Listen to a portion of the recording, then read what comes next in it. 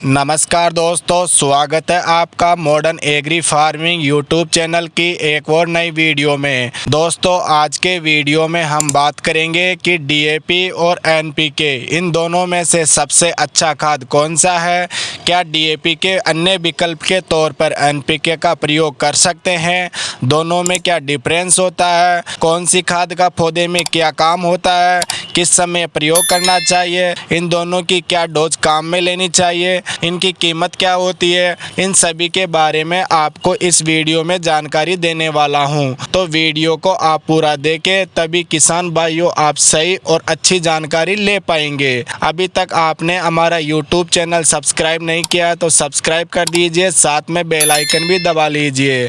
चलिए शुरू करते हैं और देखते हैं कि दोनों में क्या अंतर है। डीएपी की अगर बात करें तो इसकी फुल फॉर्म है डाई अमोनियम फास्फेट। इसका आप प्रयोग करते हैं तो इससे आपकी फसल को दो प्राथमिक पोषक तत्व मिलते हैं, जिसमें नाइट्रोजन 18% और फास्फोरस 46% होता है।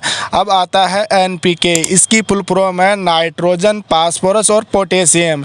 इसका अगर आप प्रयोग करते हैं तो इससे तीनों प्राथमिक पोषक तत्वों की मात्रा आपको एक साथ मिल जाती है, जिसमें नाइट्रोजन 12%, फास्फोरस 32% और पोटेशियम 16% होता है। दोस्तों, हमारी फसलों को संपूर्ण विकास के लिए टोटल 17 प्रकार के पोषक तत्वों की आवश्यकता होती है। इनमें से 3 प्राथमिक मुख्य पोषक तत्व नाइट्रोजन, फास्फोरस और पोटेशियम होता है, जिसमें से नाइट्रोजन का मुख्य कार्य पौधों की बढ़वार करना होता है, फास्फोरस का मुख्य कार्य बीजों के अंकुरण करना, जड़ों का विकास करना होता है और पोटेशियम का कार्य की अगर बात करें तो पौधे के सर्वांगीण विकास के साथ साथ में रोगों और कीटों से लड़ने की क्षमता विकसित करता है, बीज में क्वालिटी डेवलपमेंट करता है। तो एनपीके खाद से ये तीनों प्राथमिक पोषक तत्व मिल जाते हैं। इस कारण भी एनपीके खाद डीएपी से बेहतरीन साबित होती है। दूसरे अंतर की बात करें तो डीएपी का प्रयोग फूल वाली फसल और सब्जियों में करना चाहिए, क्योंकि इसमें पोटेशियम नहीं होता है। इस कारण से दानेदार फसलों में दाने की क्वालिटी को डेवलप नहीं कर पाता है, जबकि एनपीके खाद का प्रयोग दानेदार फसलों में करें, जैसे धान, मूंग, उड़द, गेहूं इत्यादि,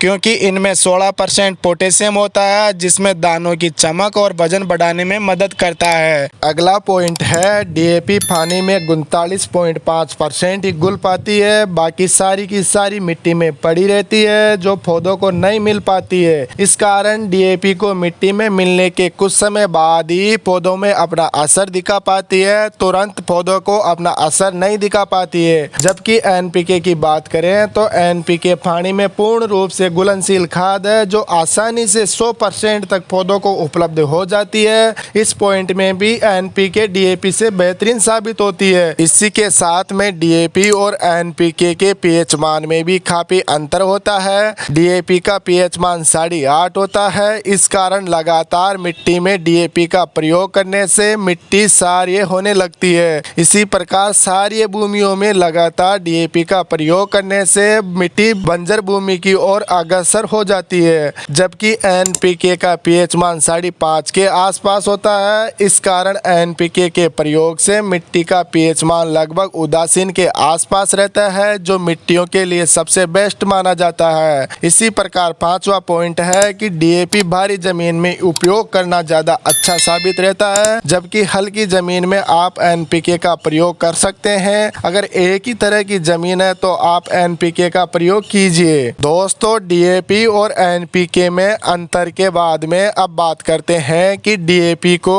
एनपीके की तरह अधिक ताकतवर कैसे बनाए, क्योंकि आपको पता है डीएपी में पोटेशियम नहीं होता है, तो इसके लिए आपको अलग से डीएपी में पोटेशियम मिलाने की आवश्यकता रहेगी। तो इसके लिए आप डीएपी में 60% पोटेशियम वाला म्यूरेट ऑफ पोटाश मिलाइए। इसकी मात्रा की अगर बात करें तो 100 किलोग्राम डीएपी में आप 30 किलोग्राम म्यूरेट ऑफ पोटाश मिलाइए। इससे आपको एनपीके की तरह बेहतरीन रिजल्ट देखने को मिलेगा। इसके साथ में मिट्टी में पड़ी हुई अघुलनशील डीएपी या फिर फास्फोरस को घुलनशील बनाने के लिए आप मिट्टी को फास्फोरस सोलुबलाइजर बैक्टीरिया के द्वारा उपचारित कीजिए। ये जो पीएसबी कल्चर आपको बहुत ही सस्ता मिल जाएगा। जाएगा।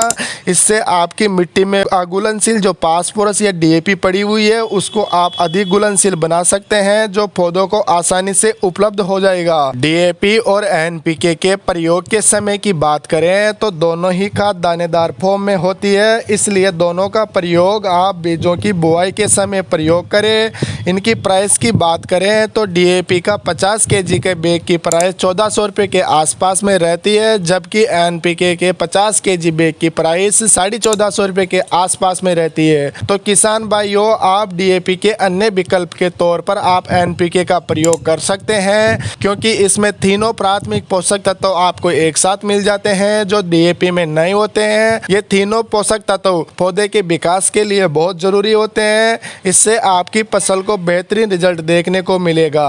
हमारे द्वारा दी गई जानकारी आपको कैसी लगी कमेंट बॉक्स में ज़रूर बताइए। साथ में वीडियो को लाइक कीजिए और चैनल को सब्सक्राइब कीजिए। धन्यवाद।